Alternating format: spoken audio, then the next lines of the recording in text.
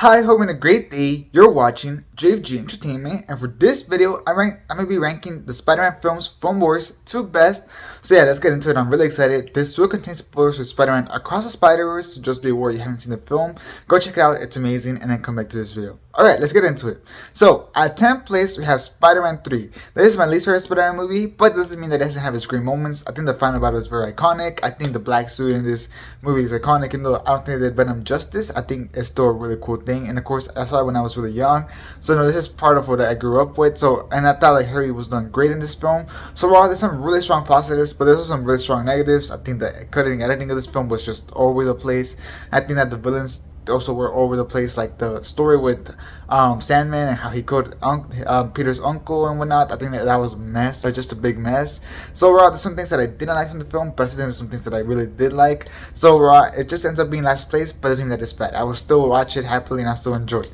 Alright, 9th place is Spider-Man Homecoming. I know this one's probably an unpopular opinion, but Spider-Man Homecoming just didn't convince me enough. I get that it has the high school side of Peter, and I think that it does a great job at it, but I think the action in this film absolutely sucks, which Spider-Man 3 has some pretty strong action. I think the action in this film really sucks, especially for the final battle against Vulture.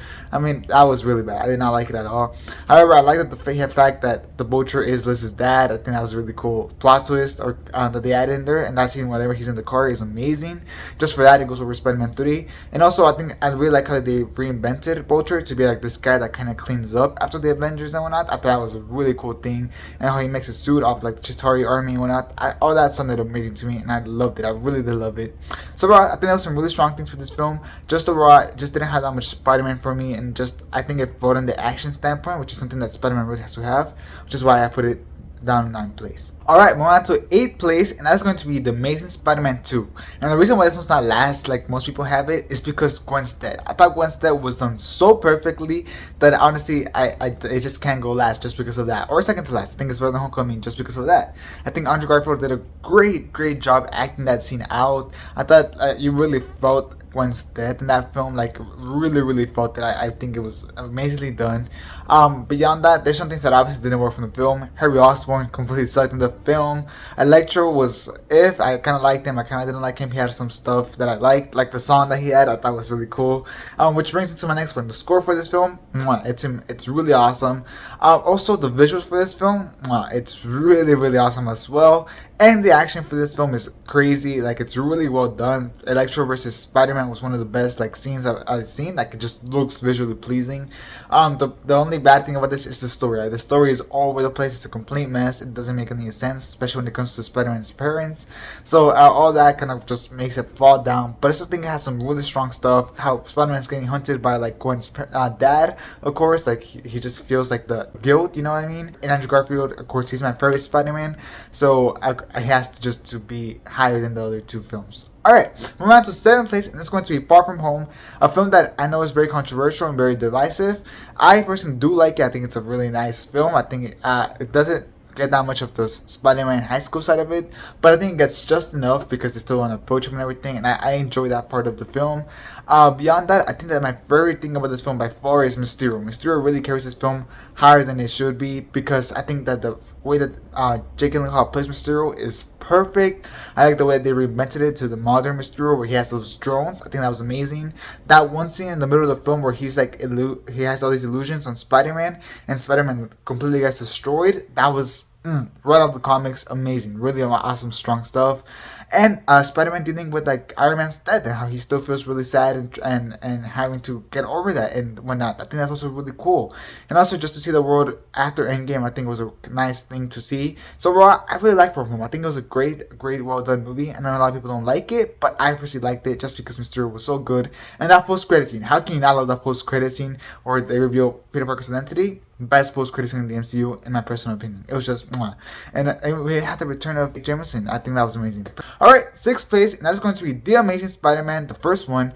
Really good film. I really love this film. Andrew Garfield does a great job playing Spider-Man. Like I said, he is my favorite Spider-Man. I think this film brought something fresh to the Spider-Man franchise. It has some really different visuals from the original trilogy.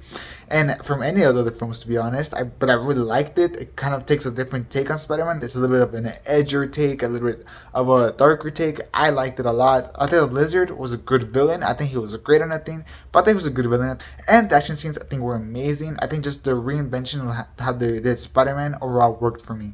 So for that, I put this film at 6th place. Alright, 5th place is Spider-Man 1, right on top of The Amazing Spider-Man. And of course, I think this film just deserves to be on the top 5 just because it's so iconic. You know, it's one of the first films, superhero films, that were actually really worked. You know, back then superhero films were iffy. So Spider-Man 1 actually really worked. So I really love this film. Sam Raimi did a great job bringing this character to live action, to a film status. Of course, you have Tobey Maguire, who did a great job portraying Spider-Man. And then you have Willem Dafoe as one of the greatest villains of all time. In this film, he did a great job playing the villain as Green Goblin. I really loved it. I liked the way that Tobey Maguire's origin was explained. Look, the way whenever he was chasing down the murderer of Uncle Ben. And it's just so iconic. This is the film that I grew up with. This one, the second one, which is coming up shortly. So yeah, Spider-Man 1 has to be your top 5. If it's not in your top 5, then we have to talk about it because it has to be there. You know what I mean? Alright, we're on to 4th place, and that is Spider-Man 2. Yes, I know a lot of people put this at number 1 and whatnot. I personally don't love it as much to put it number 1, but I still have so much tremendous love for it. Sam Raimi really outdid himself from Spider-Man 1. You know, one thing that I really loved Spider-Man 1 was the villain, but I think in this one, they might even beat that with Dr. Octavius. He was great. Tobey Maguire had a better performance. And overall, I think that Spider-Man 1 and Spider-Man 2 were almost even for me. Honestly, I think they're really close. For example, I think the action in Spider-Man 1 is better. Like that one scene whenever the house is burning and Green Goblin is there. That scene is amazing. But I think the reason that this film kind of beats that is because they really explore the Peter Parker angle of it, how much he has to sacrifice to really be Spider-Man, and how much his life goes downhill from being Spider-Man. I think that's a really nice exploration of Peter Parker as a character. I mean, that clearly is what Spider-Man is all about. So I love all of that. Dr. Octavius, of course, was also a great villain. The action was still on point. Not as good as Spider-Man 1 in my opinion, but it was still really good. And honestly, it's one of the films that you see right now, and it still holds up perfectly, which I think is insane because the film came out, 2006, 2004, somewhere around that. I mean, it's just insane. So yeah, overall, really awesome film. Alright, 3rd place, we have Spider-Man No Way Home.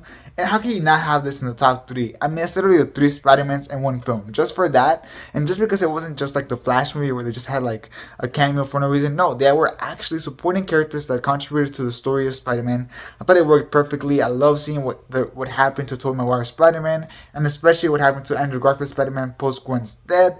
I love these characters. I love the actors. They look like they were having so much fun filming this film. Also, the villains.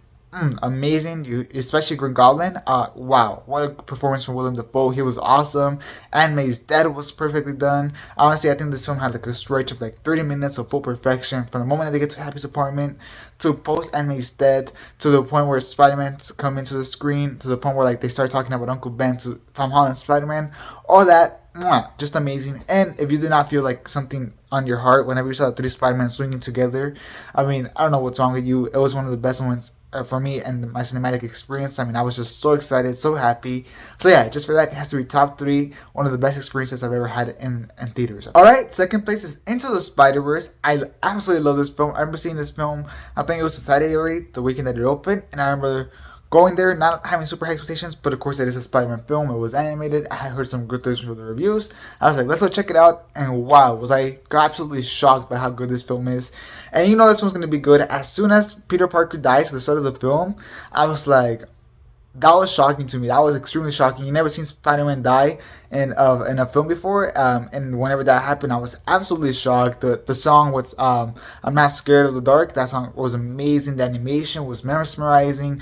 They did Miles Morales justice. They really did him really good in this film. They did the Spider-Verse justice. You know, it's the first film to really open up the multiverse, and everybody was like, oh, there's no way that's gonna work, but it worked perfectly. They did Peter B. Parker amazing as well. The exploration of Spider-Man. You know how his life went downhill. He got divorced. And his Aunt May died. All that type of stuff. That one scene whenever he's talking to Aunt May and Aunt May's like, "You look tired," and then he says, "I am tired." wow, what a line! It just iconic scenes. The scene whenever Spider-Man's tied up to his chair and he has to talk to, and his dad is talking to him across the door. What an amazing scene! The It's a Leap of Faith scene whenever he like first swings. I mean, mwah. The scene whenever he finally lets Peter Parker go to his dimension. When Peter Parker's like, I don't know what mess it up, and then he's like, it's a leap of faith, and then Peter Parker goes back to his dimension. Wow, just some amazing scenes that this film gave us. It's really really good. I mean, I can't believe how good it is. It was my favorite Spider-Man movie for a long time, and it's still super high up there. I mean, I absolutely love this film. It's one of the best experiences I've also had in the theaters. Just being surprised of how good the film is and anything, and it just captures the comic book of Spider-Man. It just does an amazing job at being a film. So yeah, that's in my second place. But at first place, we had the sequel to this film, Across the Spider-Verse, which just recently came out. I might have some recency bias, perhaps maybe in a year I'll put Into the Spider-Verse on top. But Across the Spider-Verse was just so good, like really really good. The first hour was just a great job of continuing the story from Into the Spider-Verse. I think it just flowed. The story just completely flowed from the first film. I absolutely love it. The Spot is a way better villain than keeping it Into the Spider-Verse. Like, wow, the Spot was amazing. Miguel O'Hara was a great antagonist to this film. To Miles, of course, I think he's a great antagonist. He's very, like, scary. He's definitely menacing, but, he's not necessarily a bad guy, which I think is a really nice exploration of the antagonist in the film. You have an actual bad guy and you have an antagonist. I like that. Beyond that, you can tell the director stopped holding back and they really just did whatever they wanted with the animation, and it showed. The animation was amazing. It was visually great to see, but it was also used for storytelling. Gwen's universe is beautiful. Like, I actually love Gwen's universe, but I love that the way that they use the colors to portray everything, the animation. Whenever Spider-Man, Miles Morales is swinging at the end, and he's like, he has all these things in his head, and it's just shown in the background as he's swinging. I mean, it's just amazing stuff. The characters, they all work. Like, they get a lot more story from Gwen Stacy, and I really loved her story. It was really awesome. The ending of the film is just some of the best like minutes I've ever seen in on screen. Like the last 10 minutes, wow, it was truly incredible to see. From like Miguel O'Hara hunting him down to us realizing that Miles is in the wrong universe, to we're seeing that Miles Morales is not the problem in that universe, to seeing Gwen assemble the new Spider-Man team with like the OGs plus some new Spider-Man people to come get Miles. I mean, I'm so excited for the third one. They set up the third one so good. It's gonna be the best Spider-Man film. I already know it. I have all my faith on them. What a great film. Absolutely amazing. I cannot wait for the next film, and I definitely think this was gonna get an Oscar because it deserved it. It really does deserve it. It's one of the films that really transcends it. It really tries to put art into the film as a blockbuster, which is usually never done. But I think it was just amazing. Really love this film. So yeah, that's my Spider-Man films ranked video. Tell me, what do you think about my ranking? I'm very curious. Do you like my ranking? Do you not like my ranking? And what's your own ranking? Let me know that down in the comments. I'm very curious. And if you want to discuss any of these films, feel free to put it down in the comments. I would definitely be glad to discuss any of these films. So yeah, as well as please don't forget to leave a like if you enjoyed this video. It will be very helpful. So please leave a like and subscribe for a lot more content like this. A lot of content across the Spider-Verse. You can check it out on my channel. And yeah, that'll be it. Thanks for watching. Hope you have a great rest of your day. And this is Jerry Entertainment out.